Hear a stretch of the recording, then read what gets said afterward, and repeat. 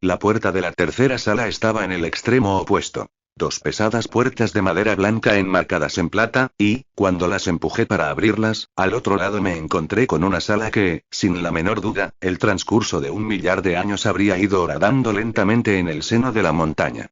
Era enorme, con empinados montículos de sacos y resplandecientes monedas sueltas apiladas a una altura que superaba la mía. El río serpenteaba por el medio de la sala, un camino largo y reluciente que entraba por un arco oscuro y desaparecía por otro, como si recorriese tortuoso las profundidades de la montaña hasta llegar aquí procedente del bosquecillo de árboles blancos y la atravesara entera para salir por la cascada de la ladera. Me había pasado un día convirtiendo un solo cofre. No me podía imaginar cuánta magia haría falta para convertir todo aquello en oro, ni cuánto tiempo. Más del que tenía. Sop estaba a mi lado, mirándome de soslayo. Ve a traerme algo de comer y de beber, le ordené con severidad, y volví a salir hasta la primera sala. Ya había tenido un día muy largo, y lo que deseaba era irme a la cama. En cambio, vacié sacos, me llené las manos de monedas de plata y las volví a verter, ya de oro. Intenté hundir las manos en una bolsa y convertirlas todas de una tacada, pero no funcionó como debía. Las monedas no se convertían de manera uniforme, y cuando la vacié de golpe, había una docena de ellas que seguían siendo de plata. No me iba a poner a convertir todas las monedas de aquel sitio para que el rey después me cortase el cuello por una sola que se hubiera escapado rodando a un rincón. Tenía la absoluta certeza de que si me dejaba una única moneda sin convertir por algún tipo de error, él la encontraría. Sería más rápido convertirlas todas con cuidado, que tener que comprobarlas una a una después con el mismo cuidado, lo cual no equivalía a decir que fuese rápido en absoluto. Apenas había convertido unos sacos cuando volvió Psot con una bandeja de comida y bebida. Después de devorar unos buenos bocados, me fijé en la servilleta que había en la bandeja y la extendí en el suelo. Cogí el siguiente saco y volqué la mitad sobre la servilleta, con la plata extendida en una capa de una moneda de altura para poder ver cuáles se convertían. Tras varios intentos, di con el modo de convertirlas con solo rozarlas con la mano, no demasiado rápido, o el cambio no se producía por completo, pero si desplazaba la mano a un ritmo constante y firme, poniendo mi voluntad en ello, todas se convertían. Tráeme un mantel oscuro y grande, el más grande que seas capaz de encontrar, le pedí a Zop, y cuando lo trajo, empecé a volcar los cofres y los sacos sobre él. Me las arreglé para acomodar 2 o 3 de ellos sobre el mantel de una tacada, y cuando terminaba con un lote, retiraba el mantel de debajo para desperdigar las monedas y lo volvía a extender encima. Se convirtió en algo aburrido, y parece absurdo decirlo. Estaba utilizando la magia a paladas, convirtiendo la plata en un oro reluciente con mis propios dedos, pero pronto dejó de ser mágico. Me habría gustado convertir algunas en pájaros, o prenderles fuego sin más. Incluso dejó de ser una fortuna, del mismo modo en que uno puede repetir una palabra muchísimas veces seguidas hasta que se convierte en un galimatías. Estaba cansada y agarrotada, me dolían los pies y los dedos de las manos, pero seguí trabajando. Estaba sentada en oro, me resbalaba con el oro bajo los pies al coger más plata de los estantes y dejar la sombra de unos sacos vacíos y los cofres volcados en un montón cada vez mayor en una esquina. El tiempo voló sin que fuera consciente de ello, hasta que por fin volqué el contenido del último cofre de aquella primera sala y convertí las últimas piezas de plata que había dentro. Fui tambaleándome a recorrer todas las estanterías del almacén en busca de cualquier cosa que quedara por convertir, y, al no encontrar nada después de repasarlo 3 veces, seguí allí como una estúpida durante unos segundos más, me tumbé sobre mi montaña de oro cual inverosímil dragón y me quedé dormida sin pretenderlo. Me desperté de golpe y descubrí allí al señor de los Starik, de pie ante mí, supervisando el tesoro que había hecho para él. Tenía en las manos un puñado de monedas y miraba fijamente el cálido resplandor con un brillo de hambrienta avaricia en la cara. Alarmada, me puse en pie con esfuerzo, tambaleándome sobre el oro inestable. A él no le costaba nada mantener el equilibrio. Incluso extendió la mano para agarrarme por el brazo y sujetarme, aunque el gesto no fue tanto por amabilidad como para evitar que montase un escándalo a su lado. ¿Qué hora es? Solté de golpe. En lugar de responder a mi pregunta, el rey no me hizo el menor caso, lo que significaba que al menos no era de noche. No había perdido un día entero. Tampoco me daba la sensación de haber dormido mucho. Aún tenía los ojos cansados y resecos. Respiré hondo. Se había alejado para hacer un repaso de la sala, para echar un vistazo a los cofres y los sacos vacíos sin soltar aquel puñado de monedas resplandecientes. ¿Y bien? Le espeté. Si me he dejado alguna, decidlo ahora. No dijo, y dejó que las monedas se le cayesen de la mano con un tintineo metálico entre las demás que había en el suelo. Has convertido hasta la última moneda de este primer almacén. 2 almacenes restan aún. Lo dijo casi con cortesía, e incluso inclinó un poco la cabeza ante mí, lo cual me sorprendió lo bastante como para que me quedase mirándole hasta que se volvió a marchar. Entonces me dejé caer de un tirón, me deslicé por la montaña de oro hasta la puerta y subí corriendo a mi habitación. Allí, en la cama, vi el espejo que él me había hecho, y en él salía ya el sol rosado y de oro. Me tiré en la cama con un golpe seco de desesperación y observé el espejo en la mano. Me había pasado una noche entera, o prácticamente toda la noche con la sala más pequeña. Podía tener esperanzas de terminar la segunda, si no me volvía a dormir, pero a duras penas sería capaz de convertir una sola moneda de la tercera antes de que se me agotara el tiempo. Pensé en huir. Como muy lejos, quizá podría llegar hasta la cabaña del bosque, pero ¿de qué me iba a servir eso? No podía salir de su reino. Y tampoco bajé las escaleras. Hice sonar la campanilla, le dije a Tsop y a Fleck que me trajesen el desayuno, y no me apresuré con ello.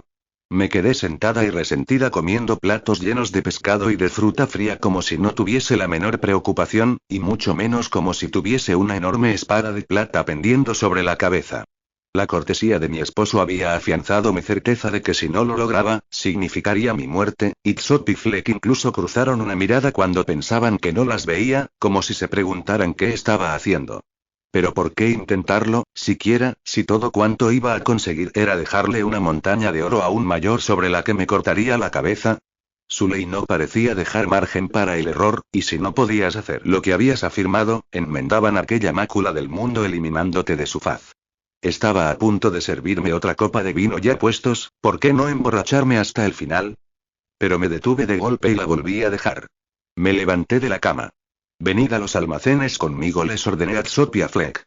Y enviad a buscar a Schofer para que vaya para allá. Decidle que busque el trineo más grande de los establos y que quiero que nos lo lleve allí. Tsop me miraba fijamente. ¿Dentro del almacén? Sí, le dije. El río está congelado ahora, así que decidle que siga su curso desde la arboleda hasta llegar allí.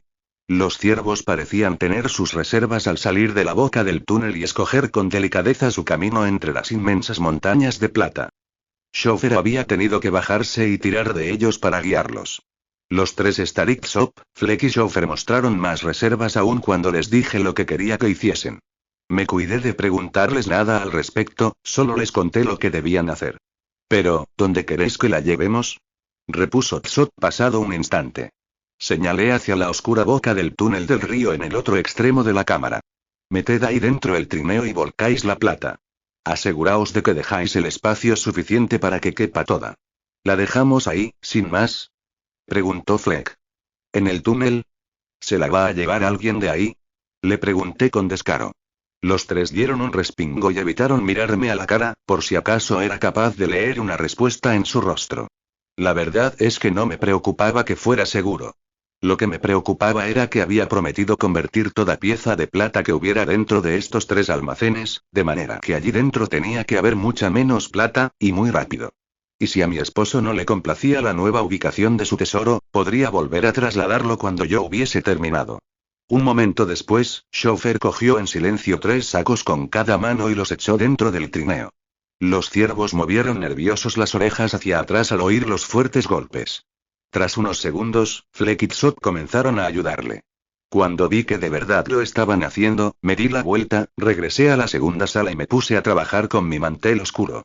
Era todavía más tedioso que el día anterior. Estaba dolorida, tenía molestias en todos los miembros del cuerpo, y no es que estuviese tan agotada, pero era muy aburrido además de más doloroso. Sin embargo, continué volcando un saco detrás de otro y convirtiendo la plata en oro, más plata en oro, y echando las monedas doradas en los pasillos vacíos mientras trabajaba. No me detuve ni a comer ni a beber. Me colgué del cuello el espejo con su cadena, y el brillo del sol pasaba por él con una velocidad alarmante. Había 6 estantes enormes con incontables cofres de plata, y no había completado ni la mitad de uno cuando el resplandor dorado del mediodía empezó de nuevo a menguar. Acababa de empezar el segundo estante cuando comenzaron a anaranjarse los rayos del sol del ocaso en el borde del espejo. El primero de mis 3 días había pasado. Mi esposo apareció unos instantes más tarde, siguiendo su mortífero y puntual horario. Cogió un puñado de piezas de oro del montón desordenado que había en la entrada y las dejó caer entre los dedos mientras echaba un vistazo a mis progresos. Apretó los labios e hizo un gesto negativo con la cabeza, como si le molestase ver cuánto me quedaba por delante. ¿A qué hora es la boda? Me preguntó. Estaba muy concentrada, había descubierto que podía convertir las monedas a pares de forma fiable, una encima de otra, si le ponía empeño, y su pregunta me interrumpió. Me incorporé con un resoplido.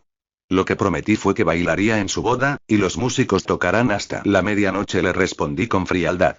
Tengo hasta entonces. A pesar de mis bravatas, no parecía que fuese mucho tiempo. Me quedaban 2 noches y 2 días para abrirme paso con una cuchara a través de una montaña. No has terminado aquí, y todavía queda por convertir el tercer almacén entero, me dijo con aire de amargura, cuando era culpa suya por exigir un imposible. Me alegré de que las puertas estuvieran cerradas, para que no pudiera ver lo que estaba sucediendo en la última sala de su tesoro. Bien, convertirás lo que puedas antes de fracasar. Lo fulminé con la mirada.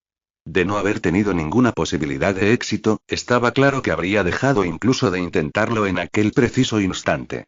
Hizo caso omiso de mis miradas fulminantes, y se limitó a pedir con frialdad. Formula tus preguntas. Deseaba tiempo, más que respuestas. Supongo que podía haberle preguntado qué me haría si no lo lograba, pero tampoco estaba deseando saberlo y así tener otra cosa más que temer por adelantado. ¿Cómo puedo hacer que esto avance más rápido, si es que sabéis de alguna manera? Le pregunté. No albergaba grandes esperanzas al respecto, pero él sin duda sabía más que yo acerca de la magia. No tienes forma de hacerlo sino tan rápido como puedas, me dijo mirándome casi con cara de sospecha, como si la pregunta fuese tan absurda que le resultaba increíble que se la hubiese hecho. ¿Por qué iba a saberlo yo, si no lo sabes tú? Hice un gesto negativo de frustración con la cabeza y me pasé el dorso de la mano por la frente. ¿Qué hay más allá del límite de vuestro reino? ¿Dónde acaba la luz? Oscuridad, repuso. Eso ya lo he podido ver por mí misma. Dije con acritud. Entonces, ¿por qué lo preguntas? Me respondió con igual irritación. Porque quiero saber qué hay en la oscuridad. Repliqué. Hizo un gesto de impaciencia. Mi reino. Mi pueblo y nuestra tremenda fortaleza son lo que hace firme la montaña. En el transcurso de las edades de vuestra mortal existencia hemos alzado bien alto nuestras resplandecientes murallas, y juntos hemos ganado este bastión a la oscuridad para poder morar por siempre en el invierno. ¿Crees que eso es algo que se hace tan a la ligera, que puedes vagar a ciegas más allá de las fronteras de mi reino y hallar la senda hacia otro?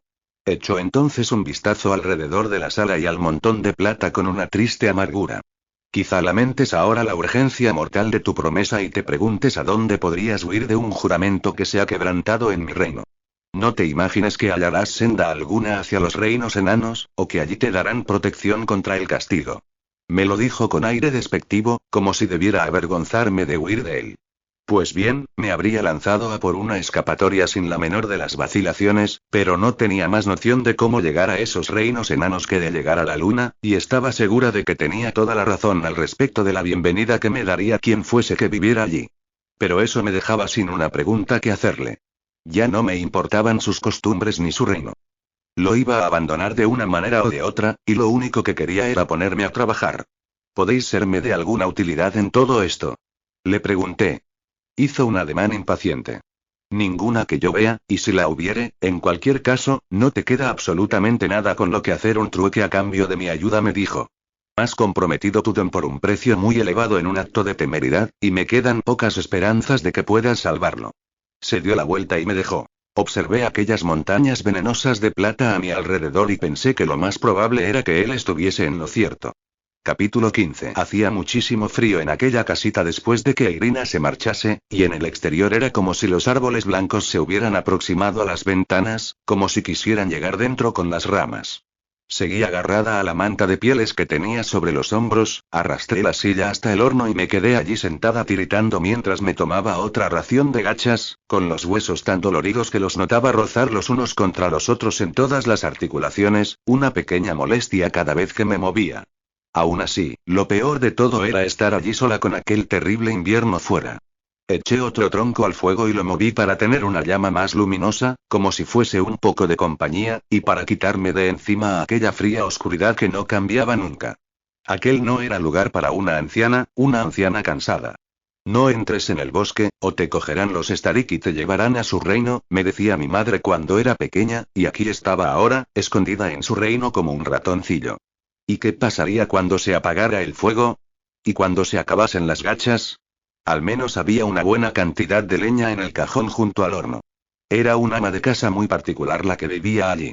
Mientras Irina hablaba con esa extraña chica judía, encontré unas fresas, miel, sal y avena, y 6 bolas enormes de hilo vasto de lana, tan desiguales como unas gachas con grumos, al lado de una vieja rueca. El hilo se me enganchaba en los dedos, pero la lana de debajo era buena. Tan solo se debía a que lo habían hilado sin cardar, con descuido, alguien que tenía demasiada prisa como para hacerlo como Dios manda. Mi señora la duquesa me habría pegado con la vara en los nudillos si hubiera sido yo la autora de aquel desastre. No me refiero a la duquesa de ahora, por supuesto. Galina era una buena ama, pero hilaba con indiferencia. Ni tampoco hablo de la madre de Irina, antes que ella, quien las pocas veces que hilaba creaba con su rueca un hilo que brillaba como el alabastro mientras miraba por la ventana y cantaba en voz baja, para sí, y nunca se fijaba en el trabajo que hubieran hecho otras manos. Me refiero a la duquesa que había antes de ellas dos. Por supuesto, se había marchado al convento hacía mucho tiempo. 10 años hacía que había muerto, según me contaron, y que el Señor la tenga en su gloria. La última vez que la vi fue aquel terrible día en que el padre de Irina abrió una brecha en las murallas de la ciudad, en la batalla que lo convirtió en duque y ayudó a sentar al padre del zar en el trono. Las mujeres, todas juntas, vimos el humo del combate desde el palacio, hasta que ese humo comenzó a entrar en la ciudad.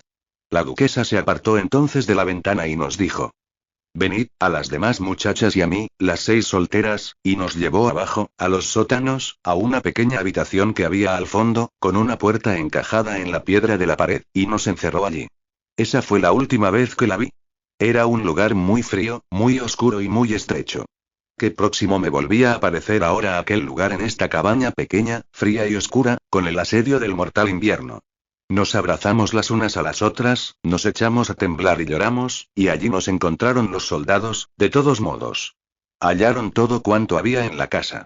Joyas, muebles, el arpa dorada y pequeña tan mona que tocaba la dama Anya antes de morir por las fiebres. Vi el arpa destrozada en el pasillo. Había muchos soldados, como las hormigas que dan con cualquier miga que una se haya dejado sin barrer. Cuando consiguieron abrir la puerta de aquel cuartito ya era muy tarde, por la noche. Ya estaban cansados, y eran apenas unos pocos, la mayoría de los hombres se habían quedado dormidos. Solo dieron con nosotras porque para entonces ya estábamos muy asustadas, convencidas de que habían pasado días aunque solo habían sido horas, y una de las chicas había comenzado a estremecerse y a decir que nadie nos encontraría nunca allí y que moriríamos emparedadas. Todas nos contagiamos de su terror, así que, cuando oímos voces, primero una y después el resto nos pusimos a chillar pidiendo ayuda.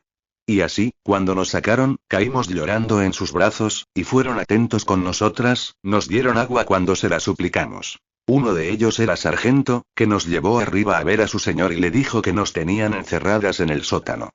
Erdivilas, el varón Erdivilas por aquel entonces estaba en el estudio del duque y ya se sentía como en su casa, con todos sus papeles por doquier y sus hombres entrando y saliendo.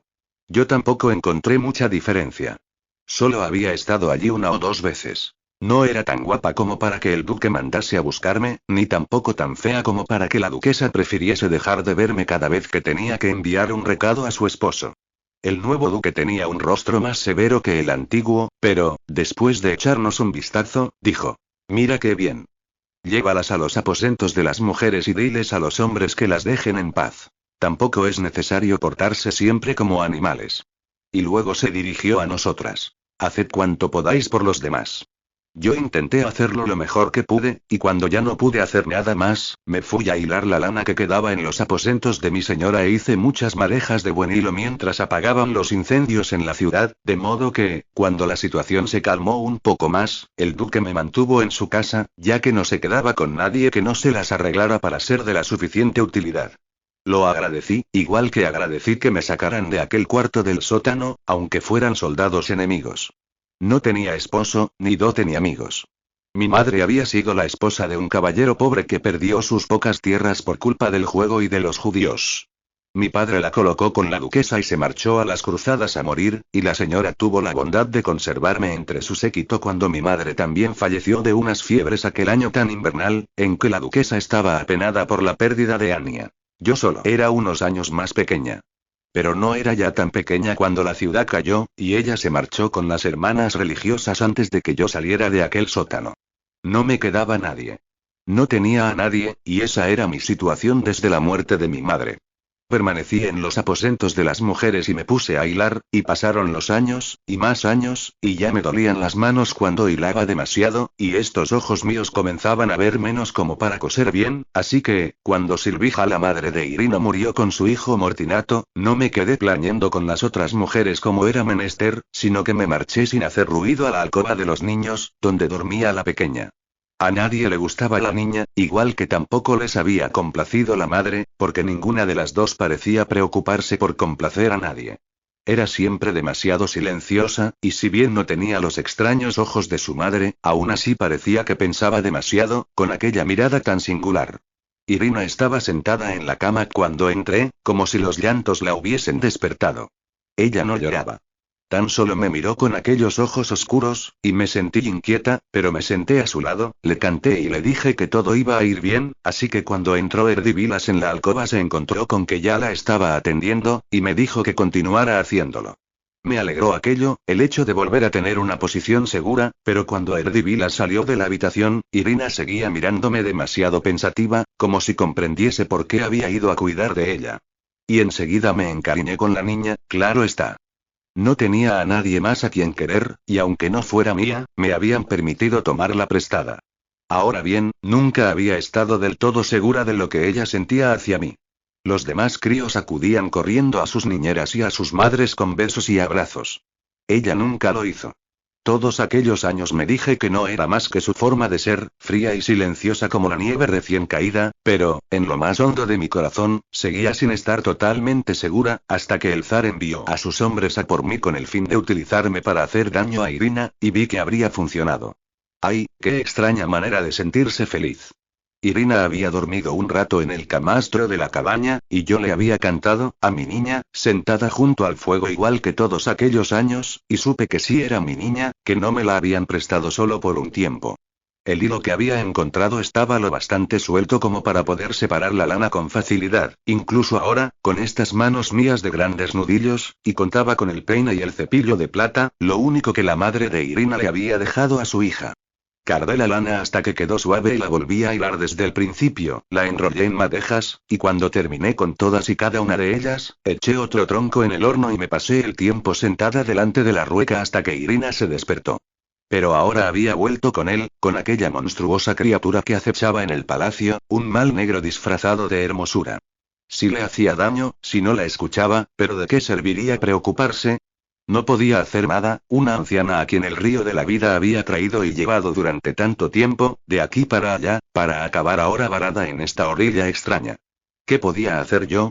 La quería, y había cuidado de ella tanto como había podido, pero no estaba a mi alcance protegerla de hombres ni de malignos.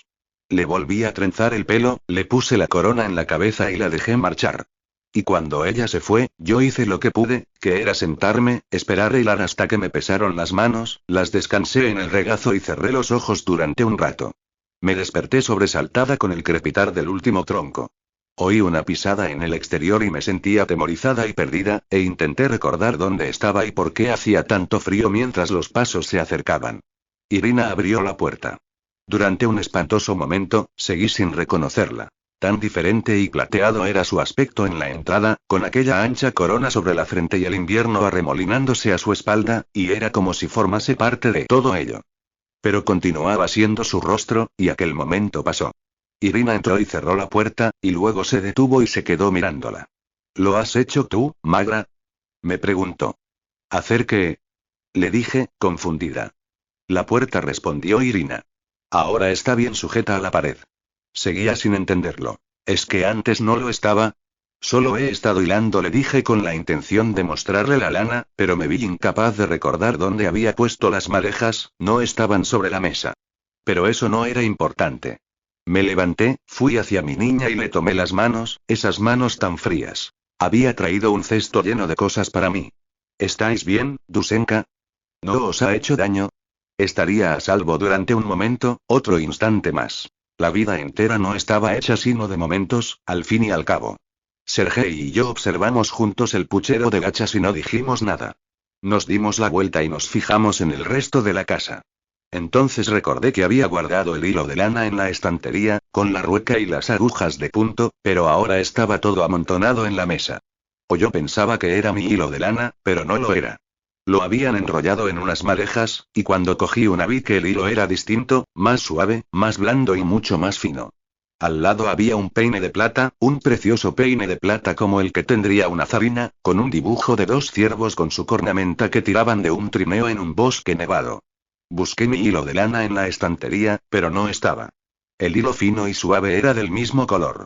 Lo miré con mucha atención y vi que era la misma lana, solo que la habían hilado de un modo distinto, como para mostrarme lo que querían. Sergei estaba observando el cajón de la leña. Estaba medio vacío. Nos miramos el uno al otro. De nuevo había empezado a hacer mucho frío durante la noche, así que uno de los dos debería haber bajado para echar más leña al fuego. Sin embargo, yo sabía que no había sido yo, y pude verle a Sergei en la cara que él tampoco había sido. Iré a ver si puedo cazar un conejo o una ardilla, dijo Sergei. Y de paso cogeré más leña. Aún quedaba mucha de la lana que Sergei me había lavado. Yo nunca había hilado algo tan fino como aquel hilo, pero ahora intentaría hacerlo mejor. Cardé la lana durante un largo rato con el peine, con cuidado de no romper ningún diente, y cuando por fin comencé a hilar, de pronto me acordé de mi madre, que me decía que tensara más el hilo. Intenta ir un poco más rápido, Wanda, se me había olvidado. Después de su muerte, había dejado de prestar atención a mi manera de hilar. En la casa no había nadie que supiera mejor que yo cómo había de hacerse. Bajé la mirada a mi propia falda, de un punto vasto con un hilo con bultos. Antes de que muriese, mi madre formaba unas grandes bolas de hilo con la lana de nuestras cabras y se las llevaba a nuestra vecina 3 casas más allá, la que tenía un telar, y volvía con un paño de tela, pero la tejedora no aceptaba mi hilo, así que siempre tenía que ser yo quien tejiese nuestras prendas. Tardé mucho tiempo, horas, en hilar una sola madeja de buen hilo. Sergei regresó cuando estaba terminando. Había cazado un conejo pardo y gris. Hice otro puchero de gachas mientras él lo desollaba. Puse toda la carne y los huesos en el puchero para preparar un estofado con las gachas, y con zanahorias. Hice tanto como cabía en el puchero, más de lo que nos podríamos tomar nosotros dos. Sergei me vio prepararlo, pero no dijo nada, y yo tampoco dije nada, aunque los dos estábamos pensando lo mismo. No queríamos que pasara hambre quien fuese que se estuviera comiendo nuestras gachas e hilando la lana. Si no se tomaba las gachas, quién sabe lo que se querría comer. Mientras se cocinaba, pensé en empezar a tejer. Quería ver cuánta cama alcanzaba a cubrir con lo que ya tenía hecho, para no perder el tiempo hilando más lana de la que necesitábamos. Tejí una franja del doble de la anchura de la cama, midiéndola hasta que tuvo el tamaño suficiente, y continué a partir de ahí. El trabajo no avanzaba con rapidez. Traté de ser cuidadosa y de mantenerlo igualado y suave, pero tampoco estaba acostumbrada a una labor tan meticulosa. Me costaba recordar que no debía dejar los puntos tan sueltos, y, en cambio, en otra parte los apreté demasiado y no me di cuenta al principio, hasta que ya había tejido 3 hileras y empecé a tener que empujar con mucha fuerza para poder meter las agujas. Intenté seguir y hacerlo mejor a partir de entonces, pero había apretado tanto la última hilera que iba demasiado despacio, como si tratase de caminar por un barrizal espeso, y al final me rendí. Desbaraté aquellas 3 hileras grandes y rehice por entero la parte que había quedado mal. Cuando terminé la primera madeja, me detuve y eché un vistazo a lo que llevaba tejido. Era una pieza de la longitud de mi mano. La lana estaba tan bien hilada y enrollada que había más hilo del que yo me imaginaba. Medí la longitud de la cama con las manos y conté 10. Me quedaban 5 madejas y la bola de hilo que yo había hecho hoy, así que, con solo hacer 3 bolas más de hilo, tendría suficiente.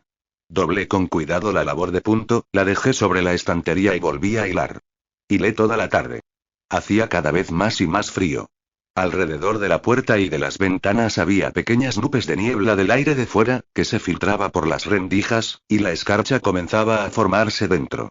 Sergei no me podía ayudar, así que se puso a hacer unas bisagras de madera para colgar la puerta. En un rincón del cobertizo había encontrado unos clavos viejos y una sierra pequeña y un tanto oxidada con la que hacer las bisagras. Clavó unas cuantas ramas más al marco de la entrada, por la parte de dentro de la casa, para que la abertura fuese más pequeña que la puerta y así evitar la corriente de aire. Hizo lo mismo alrededor de cada ventana. Acto seguido lo enlució todo con paja y con barro. Después de eso, el aire frío ya no pudo entrar, y estuvimos cómodos y calentitos en la casa. El horno y las gachas la llenaban de un buen olor. Qué extraño era estar en aquel lugar silencioso, caliente y con comida. Era raro, pero ya me había acostumbrado a ello. Qué fácil era acostumbrarse. Paramos para comer después de que yo terminase de hilar. Creo que para acabarlo necesitaré otros 3 días, le dije a Sergei mientras nos tomábamos aquellas buenas gachas con carne. Dejamos una buena cantidad de sobras en el puchero. ¿Cuánto tiempo llevamos aquí?, me preguntó Sergei. Tuve que pararme a calcularlo. Empecé por el día del mercado. Había vendido allí los delantales. Eso lo hice por la mañana, después me fui a casa y Cajus me estaba esperando allí. Incluso mentalmente, pasé con rapidez por lo que había sucedido a continuación, pero aún así seguía siendo un solo día. Luego fuimos al bosque y avanzamos durante un buen rato hasta caer la noche. Hasta que encontramos la casa. Ese fue el día en que encontramos la casa. No daba la sensación de que hubiese podido ser el mismo día, pero lo era. Es lunes, dije por fin. Hoy es lunes. Llevamos aquí 5 días. Tras decir aquello en voz alta, los dos nos quedamos callados ante nuestros cuencos. No teníamos la sensación de haber pasado 5 días en esa casa, pero no porque nos pareciese que acabábamos de llegar. Teníamos la sensación de haber estado siempre allí. Puede que hayan enviado a alguien a dar el aviso en Visnia, dijo Sergei, sobre nosotros. Dejé de comer y levanté la vista hacia él. Sergei quería decir que quizá no deberíamos marcharnos nunca, que deberíamos instalarnos allí. Habría sido difícil enviar a alguien con tanta nieve, dije lentamente. Yo tampoco quería marcharme, pero seguía teniendo miedo de aquel lugar donde las cosas salían de la nada, donde alguien hilaba por mí, se comía nuestras gachas y consumía nuestra leña. Y no veía por qué estaba bien que nos quedásemos allí. Veía bien que nos hubiéramos quedado cuando nos íbamos a morir congelados de no haberlo hecho. Eso tuvimos que hacerlo. Y habíamos correspondido por la comida. Habíamos arreglado la silla y arreglaríamos la cama. Habíamos ajustado las ventanas y la puerta. Pero todo eso no la convertía en nuestra casa, un lugar donde estar para siempre. Alguien había construido aquella cabaña, y no era nuestra. No sabíamos de quién era, y no podíamos preguntarle a esa persona si podíamos vivir ahí, aunque estuviese dispuesta a permitírnoslo. De todas formas, no podremos marcharnos hasta dentro de 3 días, dijo Sergei. Quizás se haya fundido la nieve para entonces. Ya veremos, dije pasado un instante. Quizá el punto no me lleve tanto tiempo. Sin embargo, después de recoger la mesa volví a la estantería donde había dejado el punto, y ya no estaba allí. En cambio, en el estante había media hogaza de pan todavía fresco, y debajo de una preciosa y elegante servilleta había un pequeño jamón, un queso y un buen pedazo de mantequilla, y a cada uno de ellos le faltaba una porción minúscula. Había una caja grande de té y hasta un tarro de cerezas en sirope como el que Mirjen compró una vez en el mercado. Incluso un cesto lo bastante grande para contenerlo todo. Me quedé tanto tiempo mirando aquellas cosas que Sergei se preocupó y vino junto a mí. No supo qué hacer. No era algo con lo que pudiéramos hacer ver que había sucedido de una manera real. No podíamos fingir que simplemente no habíamos visto antes toda esa comida. No podíamos fingir que alguien había entrado en la casa, había dejado allí todo aquello y se había vuelto a marchar.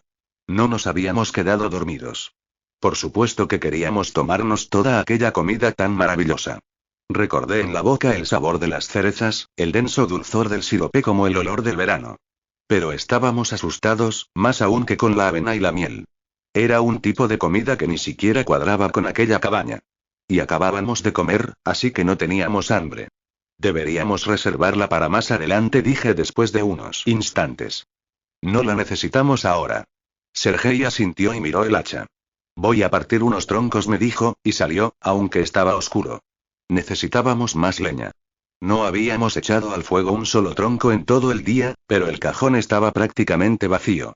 Encontré mi labor de punto sobre el camastro. Parecía distinto, y cuando lo desplegué, vi que la pieza era del mismo tamaño que la que había hecho yo, pero la habían rehecho desde el principio. Ahora tenía un dibujo, un diseño muy bonito como una rama con flores en relieve que podía notar con los dedos. Nunca había visto nada parecido salvo en el mercado, a la venta a cambio de dinero, y tampoco eran tan buenas. Desbaraté un poco para intentar ver cómo estaba hecho el dibujo, pero cada hilera era muy distinta de la anterior, los puntos cambiaban mucho de una hilera a otra, y no vi el modo de recordar cuál venía a continuación. Entonces pensé que, por supuesto, era magia. Cogí del fuego un palo con una punta ennegrecida y utilicé la magia que me había enseñado Mirjem. Empecé por el principio de la rama en la primera hilera y conté cuántos puntos había en una hilera, escribí el número, y si era un punto del derecho, le ponía una marca encima, y si era del revés, le ponía la marca debajo. Además, tuve que hacer otras marcas, cuando los puntos se juntaban o se añadían. Tuve que hacer los números pequeños, como si estuviera escribiendo en el libro de Mirjem. Salieron unas 30 hileras, todas distintas, antes de volver a la primera. Ahora bien, cuando terminé, tenía el dibujo entero en el suelo, convertido en números. Tenía un aspecto muy distinto.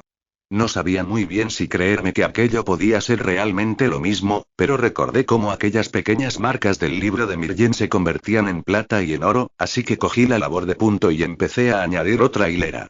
No miraba el dibujo mientras trabajaba, pensaba que debía confiar en los números, y eso hice, los seguí durante las 30 hileras completas. Me detuve entonces y observé lo que había hecho, y allí estaban todas las ramas con sus hojas, igual de bonitas, lo había conseguido. La magia me había funcionado.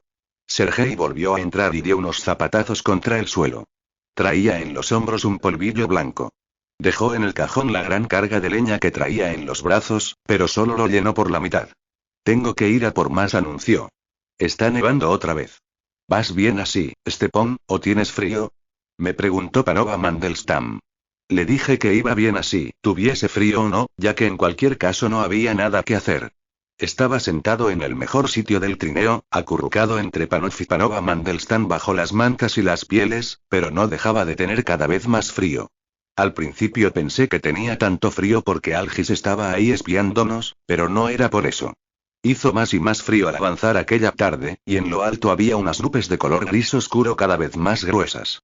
No habíamos llegado a la mitad del camino de Visnia cuando por fin empezó a nevar. Solo fue un poco al principio, pero luego comenzó a caer más y más fuerte, hasta que dejamos de ver lo que había por delante de la cabeza de los caballos. Quizá deberíamos detenernos en la siguiente aldea para pasar el resto de la noche, propuso Panova Mandelstam un rato después. No debería estar lejos. Pero no llegamos a ninguna casa, aunque el trineo continuó la marcha durante mucho tiempo. Algis, dijo por fin Panov Mandelstam al cochero, ¿estás seguro de que no nos hemos salido del camino? Algis se hundió un poco en sus abrigos y nos lanzó una mirada rápida, hacia atrás.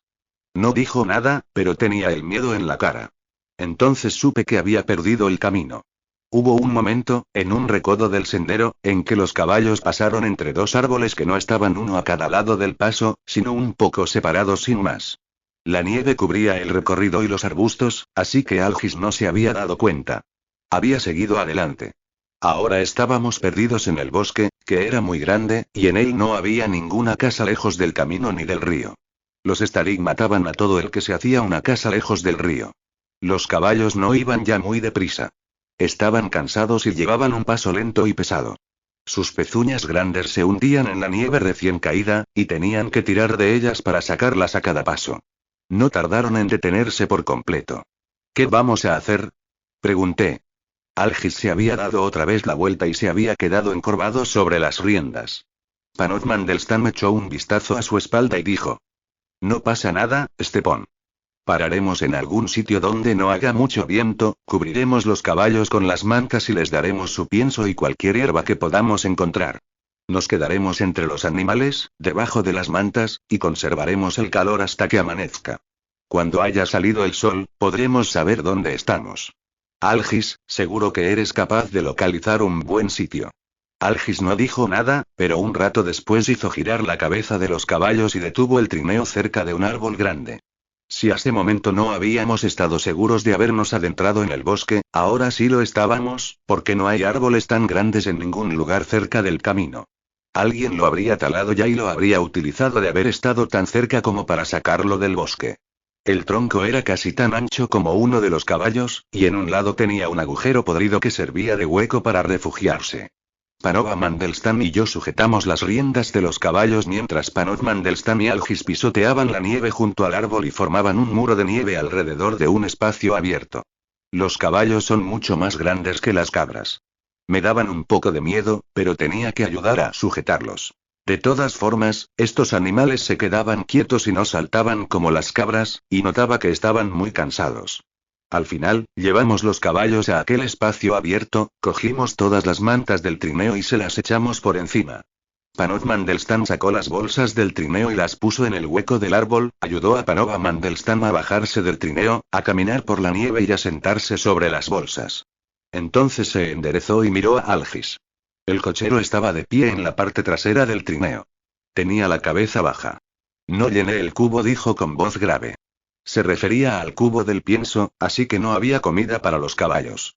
Panov Mandelstam no dijo nada durante un minuto. El silencio se me hizo muy largo. Esto es una nevada tardía, por fortuna. Aún quedará algo de verde debajo de la nieve. Tenemos que escarbar y darles hierba y lo que sea que podamos encontrar para que se lo coman. Seguía siendo amable, aunque creo que no se sentía nada amable, y pensé que por eso se había quedado callado. Pensé que eso significaba que estaba muy preocupado, así que yo también me preocupé mucho. Hice cuanto pude para ayudar a escarbar. Gracias a las botas que me había dado Panova Mandelstam, pude darle patadas a la nieve y llegar hasta el suelo, pero allí, bajo aquel árbol grande y viejo, solo había agujas secas de pino. Nos dispersamos todos en distintas direcciones. No te alejes tanto como para perder de vista el árbol grande, me dijo Panov Mandelstam. La nieve cubrirá tus huellas, y no encontrarás el camino de regreso. Date la vuelta para mirar cada 10 pasos. El árbol era tan grande que pude verlo durante un buen trecho. Fui contando y mirando cada 10 pasos hasta que llegué a un lugar que estaba a cielo abierto. Había un árbol grande caído, bajo la nieve, formando un montículo. El árbol había crecido allí y después se había caído. Ahora quedaba un claro en el bosque. Escarbé en la nieve con las botas y con una rama partida, y encontré hierba. Se estaba echando a perder por culpa de la nieve, pero todavía no se había estropeado del todo, y debajo también había más hierba seca, antigua. Saqué tanta como fui capaz de alcanzar. No me pareció mucha, pero hasta un poco de comida está muy bien cuando tienes mucha hambre. Pensé que, a lo mejor, a los caballos les pasaba como a las personas. Cuando tuve los brazos llenos, me la llevé de vuelta. Panova Mandelstam se había quedado con los animales. Les estaba acariciando la cabeza y les cantaba con voz suave. Los caballos tenían la cabeza baja. Al menos les había dado agua. No sabía de dónde había sacado agua que no fuese nieve, pero entonces la vi tiritar, y lo supe. Había metido nieve en el cubo del pienso y lo había rodeado con los brazos para que se derritiese. Le ofrecí a cada uno la mitad de la hierba que había encontrado. Los caballos no se la comieron de inmediato, sino que Panova Mandelstam la cogió y se la dio con la mano. Entonces sí comieron, y se la comieron muy deprisa. Y también volvieron Panov Mandelstam y Algis. No habían encontrado hierba, pero Algis traía un poco de leña para intentar encender un fuego. Estaba húmeda, así que no creí que sirviera para eso. Había más hierba donde he conseguido esa, dije. Iré con él, dijo Algis a Panov Mandelstam. El chico seguía mirando al suelo. Creo que se avergonzaba por haberse perdido y no haber llenado el cubo del pienso, y ahora estaba tratando de decir que lo sentía. La verdad era que yo no tenía ganas de oírle decir que lo sentía, pero tampoco podía decir que no quería que viniese conmigo, así que volvimos al claro. Algis extendió su abrigo sobre la nieve, escarbamos y sacamos más hierba hasta que formamos un buen montón encima del abrigo, y entonces Algis se lo llevó de vuelta, mientras yo seguía buscando más hierba hasta que regresó a ayudarme de nuevo. Era más fácil con Algis que si estaba yo solo, porque él era más alto y más fuerte que yo, pero ojalá fueran Sergei y Wanda quienes estuvieran aquí con nosotros en vez de Algis. Los dos eran más altos que él, y más fuertes también, cogerían más hierba, y a ellos no se les habría olvidado llenar el cubo, para empezar. Puede que no lo hubieran llenado hasta arriba, pero solo si no hubiese pienso suficiente para llenarlo, y no porque se les hubiera olvidado. Y ellos tampoco nos estarían espiando. No me sentía nada amable, en absoluto. Pensé que a lo mejor nos moríamos todos de frío. Pensé que, si nosotros no nos moríamos de frío, pero los caballos sí se morían de agotamiento sin la suficiente comida y nos quedábamos en el bosque sin caballos y sin poder seguir nuestro camino, entonces sería lo mismo que si nos estuviéramos haciendo allí una casa. Y, entonces, a lo mejor venían los Starik a por nosotros. No me gustaba pensar en lo que los Starik le habían hecho a Sergei, pero había momentos por las noches en que no podía evitar pensar en ello, como me estaba sucediendo en ese momento. Por fin, Algis y yo ya habíamos recogido toda la hierba que habíamos podido encontrar. Ahora, al apartar la nieve a puntapiés, solo veíamos sitios en los que ya la habíamos arrancado. Volvimos. Los caballos se comieron toda la hierba, pero seguían con la cabeza baja y aún tenían hambre. También tenían frío, porque no había ninguna hoguera. Panot Mandelstam lo había intentado, pero la leña y la yesca estaban demasiado mojadas para prender una chispa. Nosotros sí teníamos algo de comer, porque Panova Mandelstam había llenado el cesto. A ella tampoco se le habría olvidado llenar el cubo de pienso. Pero compartió la comida con Algis de todos modos, y hasta le dio una porción tan grande como la de Panot Mandelstam. Cuando terminamos de comer, uno de los caballos dio un resoplido muy fuerte y se tumbó despacio. El suelo estaba muy frío, pero el animal estaba demasiado cansado para volver a ponerse en pie, aunque Panot Mandelstam y Algis intentaron levantarlo entre los dos. Panova Mandelstam sujetaba al otro y trataba de convencerlo para que siguiera de pie, pero un rato después el segundo también se tumbó. Ahora tenían la cabeza mucho más baja. Pensé que tal vez morirían. Y entonces, aunque no nos muriésemos nosotros, por la mañana estaríamos solos en las profundidades del bosque, igual que estuvieron Wanda y Sergei, pero nosotros no éramos tan fuertes como ellos.